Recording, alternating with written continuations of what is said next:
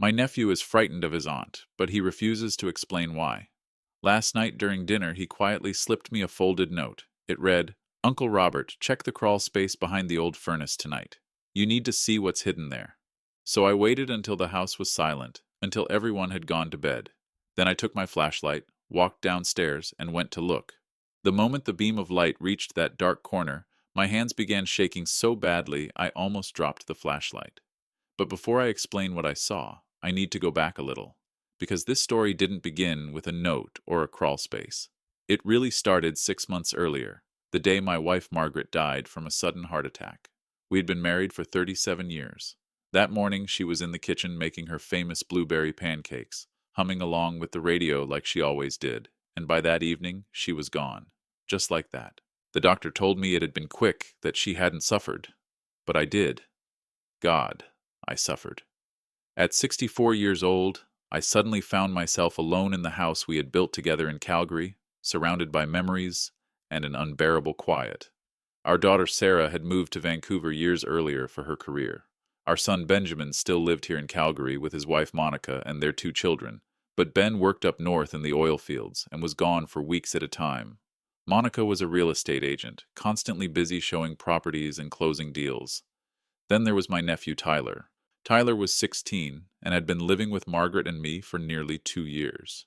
His parents, my younger brother David and his wife Christine, had been killed in a car accident on the Trans-Canada Highway during a brutal winter storm. Black ice was what the police said caused it. Tyler had been sitting in the back seat. Somehow he survived with only a broken arm, but he lost both of his parents in an instant.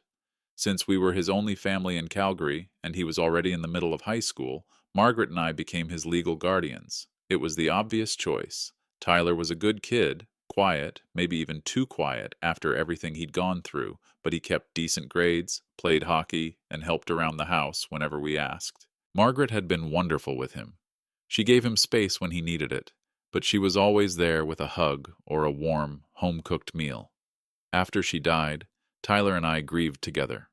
We were both completely lost without her. That was when Monica stepped in. "Robert, you can't handle this huge house and look after Tyler all by yourself," she said one evening about 2 weeks after the funeral. She was standing in my kitchen, already rearranging cupboards without even asking. "You're still grieving. You need help. Ben and I talked about it, and we think the best thing would be for us to move in for a while, just temporarily, until you get back on your feet." I didn't really know what to say. Part of me wanted to tell her that Tyler and I were managing fine, but another part of me was drowning in piles of laundry, dirty dishes, and the crushing silence of the house. "I don't want to be a burden," I told her. Monica smiled, though the smile didn't quite reach her eyes. "Don't be ridiculous, Robert. You're family. Besides, our lease ends next month anyway, and this house has so much more space for the girls. It'll be good for everyone." And just like that, they moved in. Ben, Monica, and their 2 daughters, Emily, who was 8, and Sophie, who was 6.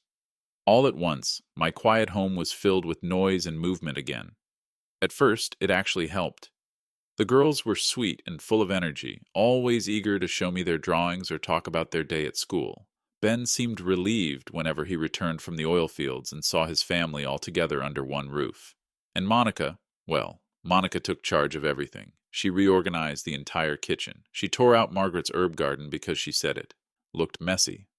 She rearranged the living room furniture without ever asking my opinion. She began cooking every meal, which should have been helpful, but she made sure to sigh loudly about how exhausting it was to cook for 7 people. "Robert, you really should consider downsizing," she would say while scrubbing a pot with unnecessary force. "This house is too much for you to keep up with." Then she would add, "Have you thought about one of those retirement communities? They have activities, meal plans, everything taken care of." "I'm 64, Monica, not 84, I would answer. "And this is my home. Margaret and I built this house together." She would give me that same smile again, the one that looked sympathetic but somehow felt condescending. "Of course I understand," she'd say softly. "I'm only thinking about your future. What's best for you?" The strange thing was that I started forgetting things. At first, they were small things, where I had left my reading glasses, whether I had already taken my blood pressure medication, even what day of the week it was. Monica noticed too, or at least she made sure everyone else noticed. "Robert, you already asked me that question earlier today," she would say at dinner in front of everyone. "Are you feeling all right? Maybe we should take you to see a doctor." Another morning, she announced loudly, "You left the stove on again last night. Good thing I came down and checked, or the whole house could have caught fire." The problem was that I didn't remember leaving the stove on. In fact, I didn't remember many of the things she claimed I had done or forgotten. It was deeply unsettling. Margaret had always handled most of the household details, so I told myself maybe I was simply overwhelmed, trying to manage everything alone. Maybe Monica was right, and I was more scattered than I realized. But Tyler started acting different too. He had always been quiet, but now he seemed nervous all the time, flinching whenever Monica walked into the room. He stopped spending time in the living areas and stayed mostly in his bedroom with the door shut. Whenever I asked if he was all right, he would just nod and say he had homework to finish. About 4 months after Ben and Monica moved in, we were sitting at dinner when I asked Tyler about his hockey season. "How's the team looking this year? Think you guys might make the playoffs?" He opened his mouth to answer, but Monica cut in before he could speak. "Tyler has actually been struggling at school lately," she said. "His grades have dropped quite a bit. I've been meaning to talk to you about it, Robert." Tyler's face turned bright red. "My grades are fine," he said quickly. "Are they?" Monica raised her eyebrows. "Because I saw your last math test and it was a 63. That's not exactly fine, Tyler." "I'm passing everything," he said quietly, staring down at his plate. "Barely," Monica replied. Then she looked at me with that perfectly practiced, concerned expression. "I'm worried about him, Robert. The grief, the stress of living here, it's obviously affecting him. Maybe he should see a counselor, or maybe he'd benefit from a more structured environment." "What do you mean by a more structured environment?" I asked. "Just that sometimes teenagers need more supervision than we can realistically provide," Monica said smoothly. "There are programs, even group homes, that specialize in helping teens who have experienced trauma." Tyler suddenly pushed back his chair, the legs scraping loudly across the floor. "May I be excused?" he asked. "You haven't finished your dinner," Monica said sharply. "I'm not hungry." He walked out before anyone could stop him. Later that night, as I was getting ready for bed, I heard a soft knock on my door. Tyler stood there, looking pale and tense, his hands buried deep inside the pockets of his hoodie. "Uncle Robert, can I talk to you?" he asked. "Of course. Come in." I gestured toward the chair near the window. He closed the door behind him but didn't sit down. Instead, he paced a few steps across the room before stopping. "I need to tell you something," he said quietly, "but I don't know how to say it." "Just tell me," I said, "whatever it is." He took a deep breath. "It's about Aunt Monica. She's not... things aren't... I just..." His voice trailed off, frustration written all over his face. "What about Monica?" I asked gently. Before he could answer, there was a knock at the door. Monica's voice called from the hallway. "Robert, is Tyler in there? He needs to take his shower and get to bed. It's a school night." Tyler's entire expression shut down instantly. "I should go," he muttered, opening the door before I could say anything. "Everything all right?" Monica asked, looking from him to me. "Fine," Tyler said quickly as he slipped past her. Monica remained standing in my doorway. She's been so moody lately. Typical teenage behavior, I guess, especially after everything he's gone through. Monica shook her head with a sad expression. "We really need to keep an eye on him, Robert. Make sure he isn't developing any serious problems."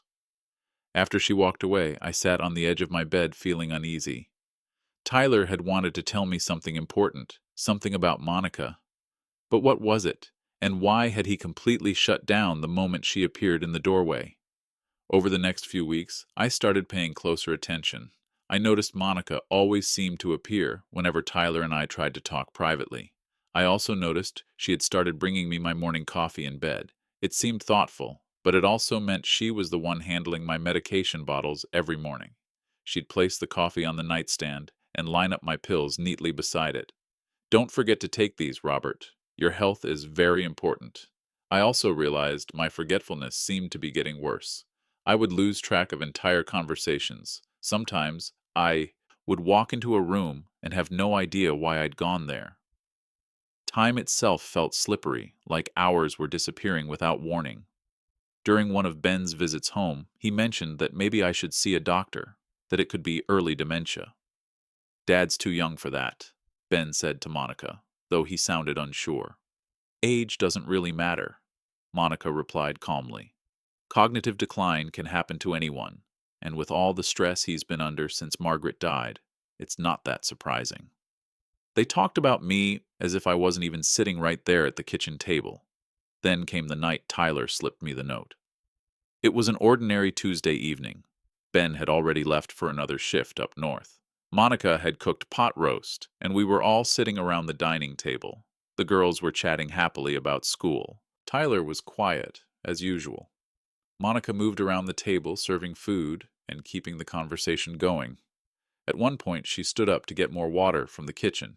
That was when Tyler leaned slightly toward me, reaching for the salt shaker. As his hand brushed mine, I felt him press something small into my palm, a tightly folded piece of paper.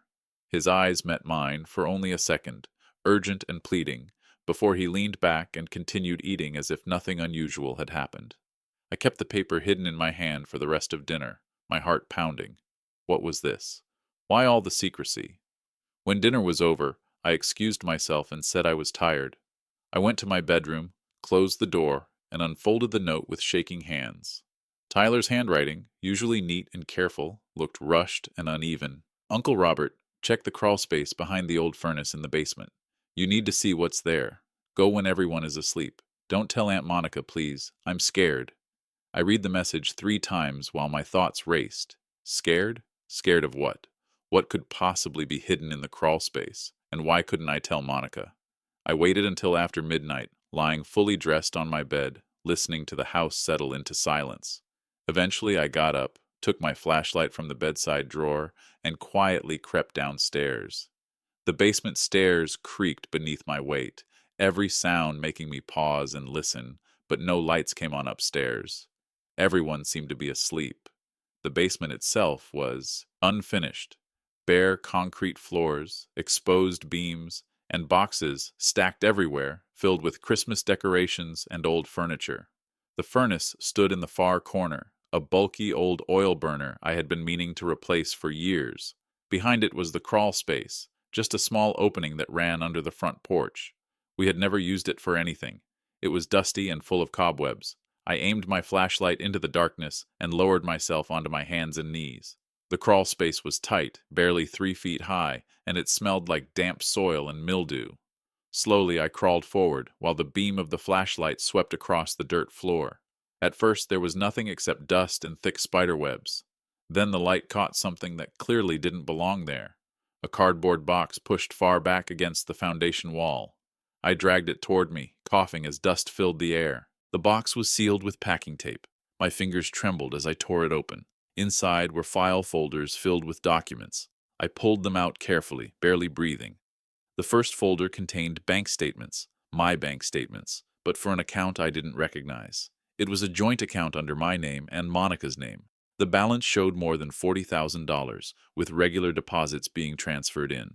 $2,000 here, $3,000 there, all coming from my main account. The transfers had started 2 months after Margaret died. My vision blurred for a moment, but I forced myself to keep reading.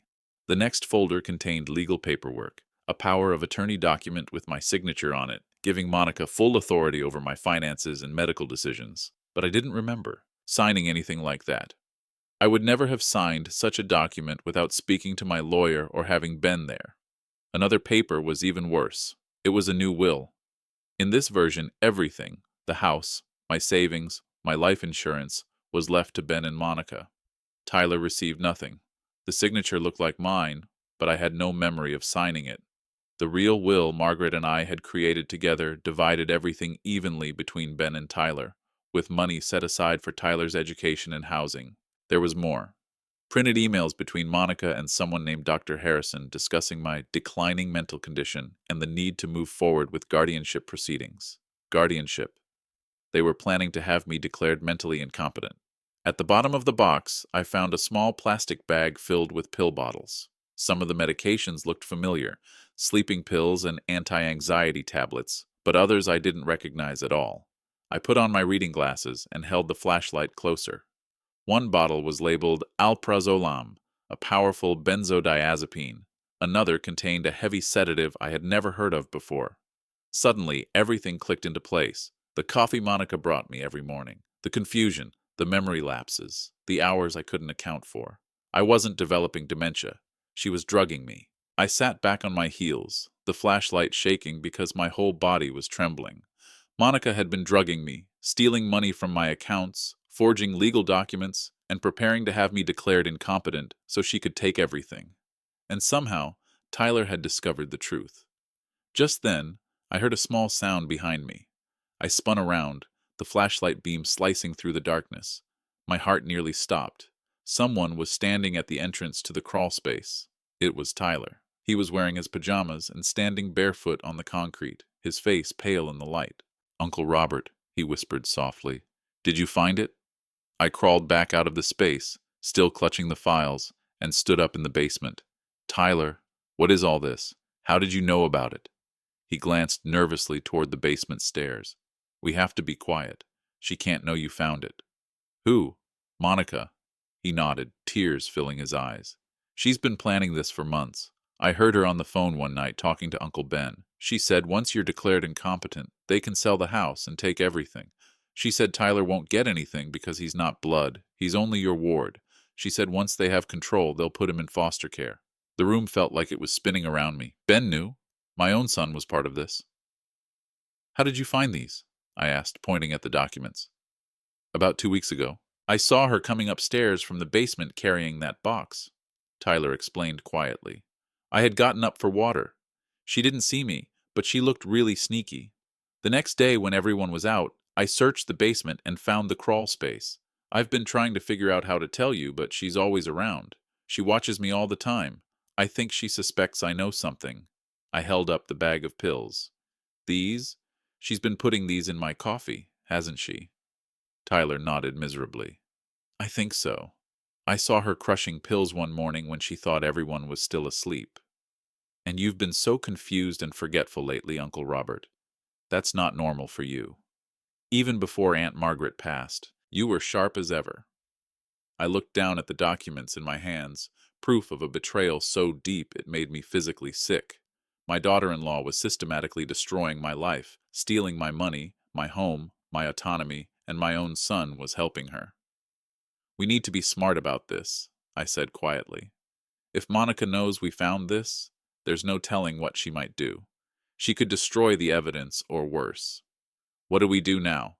Tyler asked, his voice trembling. I placed a hand on his shoulder. "First, we put everything back exactly as it was. Then tomorrow, I'm making some calls. I need to talk to my lawyer, my doctor, maybe even the police. But we must be careful. Monica can't suspect a thing." We carefully repacked the box and returned it to the crawl space. Then we crept back upstairs. As I was about to enter my bedroom, Tyler grabbed my arm. "Uncle Robert, thank you for believing me. I was so scared that you'd think I was making it up." "I believe you, son," I said firmly. "And I promise we're going to fix this. You're not going anywhere. This is your home." He hugged me quickly and then disappeared into his room. I lay awake the rest of the night, planning my next moves. The next morning, Monica brought me my usual coffee, all smiles and cheerfulness. "Good morning, Robert. How did you sleep?"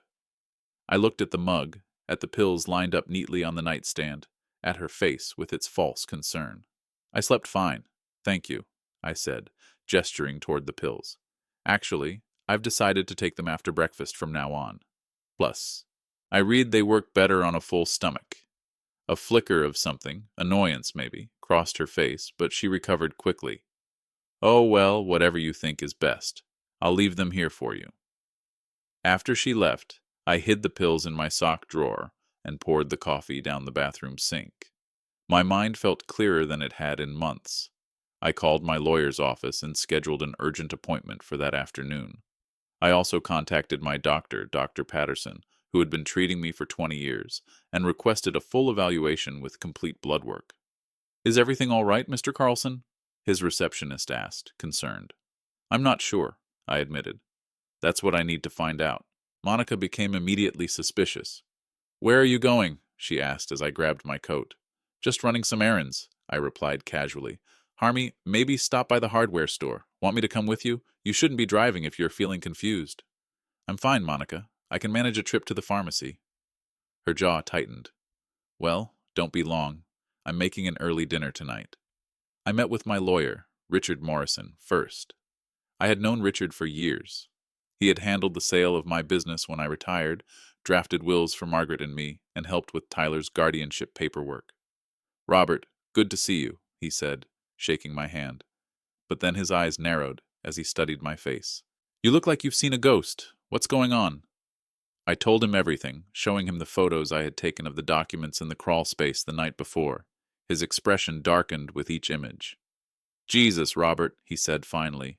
"This is fraud, forgery, theft, possibly elder abuse. That power of attorney is completely fake. I have your real one on file, and it only names Ben and Sarah as co-agents, to act only if you're genuinely incapacitated. And this," he tapped the photo on his phone, "is not your will. Your actual will, the one you drew up, is filed with the court. Can they do this? Can they have me declared incompetent?" I asked, my stomach churning. "Not without proper medical evaluation by independent doctors, a court hearing, and substantial evidence of incapacity. But the fact that they are forging documents and drugging you shows they might try to bypass the legal process and act on these fake papers. Banks and medical facilities often accept power of attorney documents at face value." I felt sick. What should I do? Richard leaned back, thinking. "First, we need to get you medically evaluated to prove your competence. That will immediately invalidate any guardianship attempt. Second, we must document everything and bring the evidence of fraud and drugging to the police. Third, we need to protect Tyler. If they intend to place him in foster care, we must ensure that doesn't happen, and Monica cannot know you're onto her." "Not yet," I said. "If she destroys the evidence in the crawl space, we'll have nothing. Can you get the actual documents, not just the photos?" "I think so," he said. "Tyler and I can retrieve them tonight." "Do it. Bring them to me first thing tomorrow morning. In the meantime, I'll file an emergency motion with the court to freeze your accounts and block any transfers. I'll also start drafting paperwork to revoke any powers of attorney that may have been forged." "What about Ben?" I asked quietly. "My son. He's involved too." Richard's expression softened. "I'm sorry, Robert, but if he's complicit in fraud and elder abuse, there will be legal consequences. Do you understand?" I nodded, my throat tight. He had made his choice. From the lawyer's office, I went straight to Dr. Patterson's clinic. He saw me immediately, concern etched on his face. "Robert, Mary said you sounded urgent on the phone. What's going on?" I showed him the bag of pills I had brought from the Crawlspace. "I need you to test my blood for these substances. I believe someone has been giving them to me without my knowledge for the past 4 months." Dr. Patterson's eyebrows shot up. "Someone's been drugging you? Who? Why?" I explained everything. He listened silently, his expression growing grimmer with each detail. "Alprazolam, high doses. The high doses combined with the sedatives would absolutely cause confusion, memory loss, and disorientation," Dr. Patterson said as he examined the pills. "It would mimic early dementia or cognitive decline. Robert, this is serious. This is poisoning." "Can you test for it?" I asked. "Yes," he said. "I'll draw blood right now and run a full cognitive assessment. If your levels are normal and you pass the tests, it will prove you're being drugged and that you're mentally competent." The tests lasted 2 hours, including memory exercises, problem-solving tasks, and logical reasoning, everything needed to demonstrate mental competency. When it was over, Dr. Patterson sat down with me. "Robert, your cognitive function is completely normal, above average for your age. There's no evidence of dementia, confusion, or mental decline. Whatever memory issues you've been experiencing aren't natural. They're caused by the drugs in your system. The blood test results will take a few days, but I'd bet they show significant levels of these substances. I'll write a formal report documenting your competency for any legal proceedings." "Thank you, David," I said. relief washing over me. One more thing, he continued. Stop taking anything Monica gives you. No coffee, no food she prepares, nothing. And if you feel confused or disoriented again, call me immediately. I got home around 5. Monica was in the kitchen, the smell of roast chicken filling the air. There you are, she said brightly but forced. I was worried. Your errands took a long time. Sorry, ran into an old friend and got caught up talking, I lied smoothly. Well, dinner's almost ready. Why don't you go wash up? That night at dinner, I watched Monica carefully. She served everyone else first, then made my plate last, turning her back to the table. I noticed she brought me a glass of water already filled, different from everyone else's. When she wasn't looking, I switched my water glass with Tyler's. His eyes widened, but he said nothing. After dinner, Monica offered to bring me tea in the living room. You relax, Robert. You've had a long day. That's kind, but I think I'll go to bed early, I said. I'm exhausted. Frustration flickered across her face. She needed me to take whatever she was putting in my drinks and food. She needed me confused and compliant. Well, those days are over, I thought. Around 2 in the morning, Tyler and I crept down to the basement. We retrieved the entire box from the crawlspace, carried it upstairs to my bedroom, and went through everything carefully. In addition to what I had already found, there were documents and communications with a real estate agent about listing my house, pamphlets from retirement homes, the cheapest ones, with complaints about neglect and poor care, a life insurance policy I didn't know existed, with Monica as the beneficiary. She's been planning to kill you, Tyler whispered, pale as a ghost. Once she had you declared incompetent and got you into one of these places, she would make it look like natural causes or something. The thought had crossed my mind before, but hearing Tyler say it made it real. My daughter-in-law, the mother of my grandchildren, had been planning to murder me for my money. I photographed everything, uploaded it to a secure cloud account, and made physical copies. Then Tyler and I returned the originals to the crawlspace exactly as they had been. The next morning, I took the copies to Richard Morrison. He reviewed them, his anger growing with each page. This is conspiracy to commit fraud, theft, and potentially murder if they plan to harm you. Robert, we need to go to the police today. What about Monica? Won't she suspect if they show up? I asked. Not if we're careful. I have contacts in the fraud division. We can quietly present the evidence and have them start an investigation discreetly. Then they can act at the right moment. We spent the morning at the police station. Detective Sarah Chen listened to my story, reviewed the evidence, and agreed to open an investigation. Mr. Carlson, what your daughter-in-law has done is criminal. We'll verify the documents, check bank accounts, and interview witnesses. In the meantime, be careful. If Monica suspects anything, she might act rashly. I understand, I said. Those 48 hours were the longest of my life. I had to pretend everything was normal, smile at Monica, make small talk, and act like the confused old man she believed me to be. Every time she brought coffee or food, I found ways to dispose of it without her noticing, pouring coffee into the plants, feeding my dinner to the neighbor's dog. I lived on toast and fruit I could grab myself, losing weight but thinking clearly for the first time in months. Tyler was nervous, jumping at every sound. I told him to stay calm, act natural, that it would soon be over. On the second evening, Ben returned from the oil fields. Monica immediately pulled him into their bedroom. I pressed my ear to the wall, straining to listen. He's been acting strange, Monica whispered. He won't take his medication properly. He's refusing food and drink. I think he might be onto us.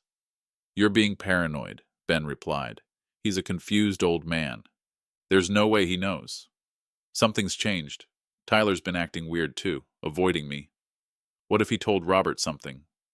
Tyler doesn't know anything, Ben said impatiently. We're almost there. A few more weeks, everything will be in place. Then it's just a matter of time. I don't like waiting. What if he goes to a doctor, gets tested? What if they find the drugs in his system? Who's he going to tell? He doesn't remember most days. We've made sure everyone thinks he's losing it. His doctor, neighbors, even the girls' teachers, Monica said. Everyone believes he's declining. No one is going to take his word over ours. I pulled away from the wall, my heart pounding with rage. My own son, my own son talking about me like I was a mark, a target, an inconvenience to be eliminated. The next morning, Detective Chen called. Mr. Carlson, we have everything we need. We verified the forgeries, confirmed the unauthorized bank transfers, and we have enough for arrest warrants. Can you and Tyler be somewhere safe today? We're going to execute the warrants at your house this afternoon. We'll go to my daughter's in Vancouver, I said. Sarah didn't know anything yet. I'd call her from the road and explain. I just needed Tyler and me to be far away when the police came. I packed a bag for both of us. Monica was out showing a house, Ben at work, and the girls at school. It was the perfect time. Tyler and I loaded our bags into my truck and drove away from the house I'd lived in for 30 years. I didn't look back. We were halfway to Vancouver when Detective Chen called again. Mr. Carlson, Monica and Ben have been arrested. We found the Crawlspace, confiscated all the evidence, and they've both been charged with fraud, forgery, theft, and conspiracy to commit elder abuse. The Crown is also considering charges related to the drugging, potentially attempted murder, depending on toxicology results. I pulled over, my hands shaking too badly to drive. What about my granddaughters, Emily and Sophie? Where are they? They were at school during the arrests. Children's Services has been notified. We're working on placement. Any other family members? My daughter Sarah, I said. She's in Vancouver. I'm driving there now. She'll take them, I'm sure. We'll have someone contact her. Mr. Carlson, you did the right thing. If you hadn't acted when you did, who knows what might have happened. Tyler was crying quietly in the passenger seat. I reached over and squeezed his hand. It's over, son. We're safe now. The next few months were a blur of legal proceedings, family drama, and painful revelations. Monica refused responsibility, claiming she'd been protecting me, that Tyler manipulated me against her. Ben eventually broke down and admitted everything. He said Monica convinced him I was going to squander his inheritance, that Tyler was trying to steal his rightful place in the family, and they were just protecting their future. I'm sorry, Dad, he said during a court hearing, tears streaming down his face. I don't deserve forgiveness. Monica, she was convincing, and I was weak. I'll regret this forever. I looked at my son, the man I'd raised who'd thrown me under the bus for money and a manipulative wife, and felt nothing but sadness. You made your choices, Ben. Now you live with the consequences. Monica was sentenced to 6 years in prison for fraud, forgery, theft, and elder abuse. Ben got 4 years with credit for cooperation. Emily and Sophie went to live with Sarah in Vancouver. It broke my heart that they had to lose both parents because of their mother's greed. But Sarah was wonderful with them, and I visited every month. Tyler finished high school and was accepted to university with a scholarship. He still lives with me, even at 19, and could move out if he wanted. This is my home, he says, whenever I suggest he get his own place. You're my family, Uncle Robert. That never changes. As for me, I'm okay. I'm still in my house, still managing my life just fine. This experience taught me that being older doesn't mean being helpless, and that family betrayal can come from the places you least expect. But it also taught me there are good people in the world, people like Tyler who risk everything to do the right thing, and people like Detective Chen and Richard Morrison who fight for justice. I learned you should never ignore your instincts. When something feels wrong, it usually is. Asking for help isn't weakness, it's wisdom. Trust, once broken, is almost impossible to repair, but that doesn't mean you should stop trusting everyone. Most importantly, family isn't always about blood. Tyler isn't my son, but he's more family to me than Ben ever was. He's the one who stood by me, who risked his own safety to protect me, who showed me that loyalty and love matter more than genetics. These days, I make my own coffee, manage my own medication, and keep my important documents in a safe deposit box at the bank. I see my doctor regularly, and my cognitive function remains perfect, just like it always was. The drugs are out of my system, and my mind is clear. Sometimes, late at night, I think about what almost happened, how close I came to being declared incompetent, to losing everything I'd worked for my entire life, to ending my days confused and alone in some neglectful nursing home while Monica and Ben spent my money. It chills me to the bone. But then I remember that note Tyler slipped me at dinner, his courage in the face of fear. And I know that as long as there are people willing to stand up for what's right, evil doesn't get the last word. Sometimes it takes a 16-year-old kid with a note and a crawl space full of evidence to save a life. Sometimes the smallest voices speak the loudest truths. If you're reading this, or rather, if you're listening to this story and you're worried about an older person in your life, please pay attention. Elder abuse is real, and it often comes from family members who seem caring and devoted on the surface. Watch for signs: sudden forgetfulness, withdrawal, changes in financial situations, family members who isolate the older person from friends and other relatives. Trust your gut. Ask questions. Be willing to dig deeper when something doesn't feel right. And if you're an older person experiencing something similar, please know that you're not crazy. You're not imagining things, and you deserve to be believed. Reach out to someone you trust. Document everything. Get medical and legal advice. Don't let anyone convince you that you're too old or too confused to manage your own life.